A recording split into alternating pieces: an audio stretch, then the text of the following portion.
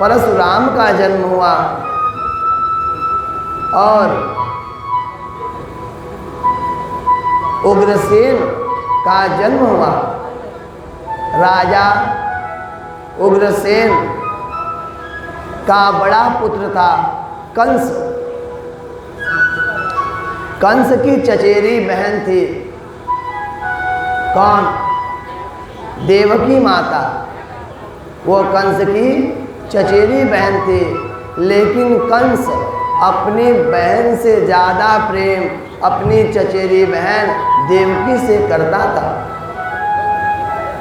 समय बीतता चला गया। कंस ने अपनी बहन का विवाह अपने परम मित्र वासुदेव से कर दिया। विवाह करके राधे राधे 10 मिनट ध्यान कथा पे रखें, उसके बाद कहानी बाद में। इधर भगवान के जन्म का समय नज़दीक आ रहा है। उसके बाद खूब उत्सव होगा और भगवान का जन्म का आनंद होगा। अब कंस ने विवाह तो कर दिया। इधर देवकी को बोला कि उसको सारथी नहीं ले जाएगा, उसे मैं लेकर जाऊंगा, उसके रथ का सारथी मैं स्वतः बनूंगा। अपनी बहन को इतना प्रेम करता था कि वो खुद सारथी बना।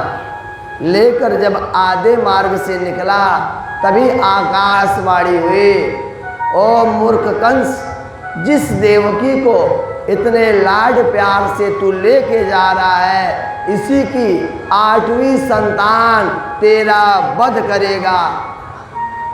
आकाशवाणी हुई, गर्जना होने लगी, बिजली चमकने लगी, भयंकर गर्जना हुई, चारों तरफ से बिजली चमकने लगी और कंस कुछ पल के लिए एकदम शांत हो गया।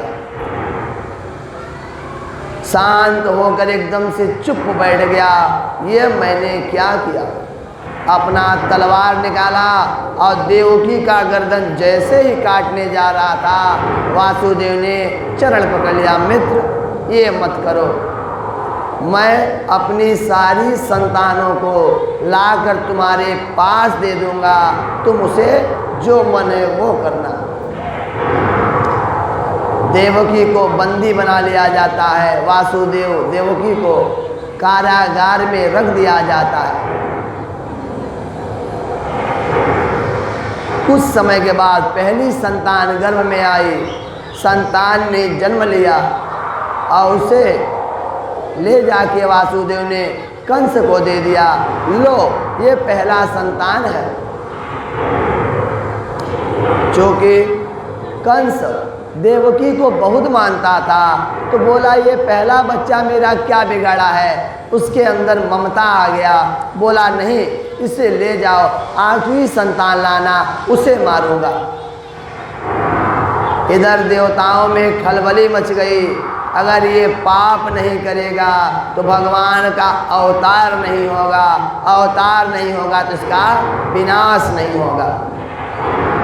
तुरंत नारद जी को भेजा जाता है, जाइए कंस के बुद्धि को परिवर्तित करिए। आते हैं नारद, नारायण नारायण, क्या कर डाला?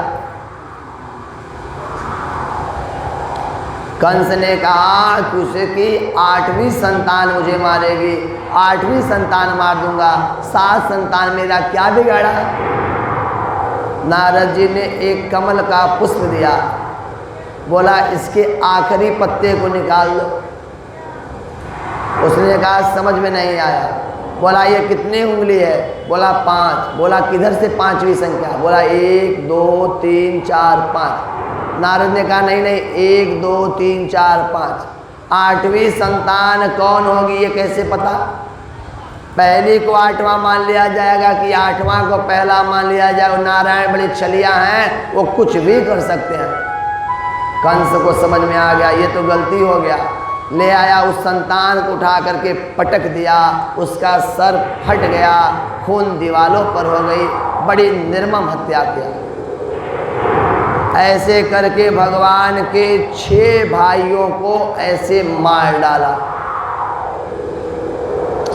7वां बच्चा भगवान का जब आया, वासुदेव के 7वां बच्चे को भगवान ने वहीं से उसको माता रोहिणी के गर्भ में भेज दिया। रोहिणी माँ के गर्भ में 7वीं संतान आ गई। अब आ गया श्रावण का महीना और भगवान के जन्म का समय। 8वां संतान गर्भ में आ गया। कंस ने कहा था जिस दिन गर्भवती होगी देवकी उसी दिन बताना, और 9वां महीना में मैं स्वतः आकर खड़ा रहूंगा। भगवान के जन्म का समय आ गया, श्रावण का महीना आ गया। भगवान 9 महीना से पहले जन्म लेने के लिए तैयार हो गए। क्यों? क्योंकि भगवान जानते थे 9 महीना में कंस आ जाएगा और तुरंत इसको मारना नहीं है, अभी बहुत से दैत्यों का पहले वध करना है। अब क्या हो, अब भगवान की कृपा देखिए, श्रावण का महीना, भयंकर बारिश हो रही है, मोर नाच रहे हैं, भगवान को बुलाने के लिए पशु पक्षी मनुष्य देवता सब भगवान को पुकार रहे हैं। और भाद्रपद मास, कृष्ण पक्ष, रोहिणी नक्षत्र, अष्टमी तिथि में आधी रात के समय भगवान कृष्ण के जन्म का शुभ समय आने लगा। और आधी रात को सबसे पहले भगवान का कुंडल आया, फिर भगवान का पीताम्बर आया, फिर छोटे से नन्हे से भगवान कृष्ण वहाँ पर आकर जन्म लेते हैं। बोलिए कृष्ण भगवान की।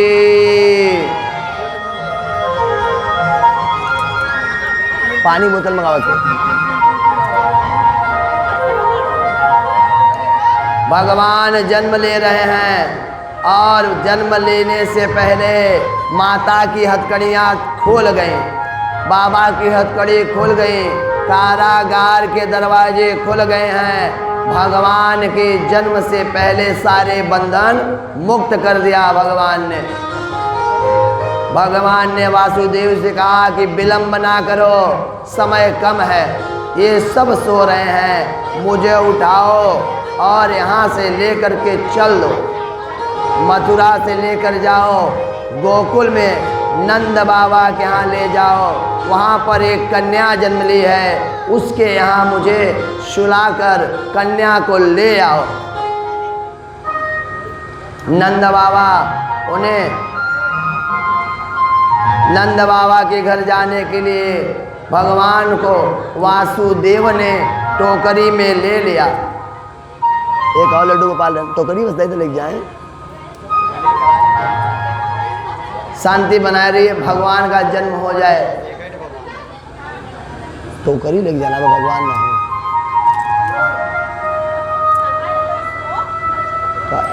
मैं टीवी रिकॉर्ड कर लो।